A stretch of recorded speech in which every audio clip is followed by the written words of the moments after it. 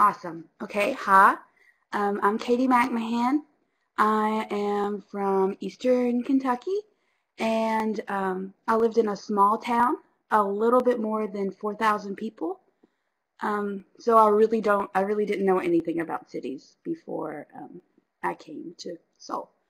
So I will be talking to you about the bus colors, what they mean, and maybe how they can solve some of your problems if you ever come to Seoul. So me, Sarah, and TC all lived in Incheon, which is a little bit farther from Seoul. And so our commutes were really long on the subway, like an hour and a half, almost 2 hours for some of us. About halfway through our Incheon like homestay, we learned to take the red bus. Red buses are for long distance transit, and if they stop near where you live, like near your subway station or near your house, you can cut down your commute time by quite a lot. By subway, my commute was about an hour and a half. By bus, it was about 45 minutes, which is a big difference there, especially at the end of the day. So I love, love, love red buses.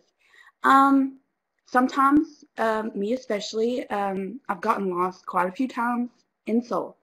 If you're lost in Seoul, the best thing to do is just calm down and go to the closest subway bus stop that you can find. Um, the blue and green buses take you to the nearest subway station, and from there it's really, really easy to find your way. There are tons of subway maps, and the subway is really hard to kind of get lost on. So just take a red bus if you want long distance transit. Take a blue or green if you want to find the nearest subway. Also, there are yellow buses.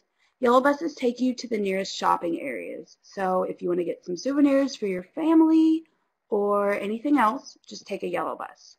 And now we're going to have our Q&A session.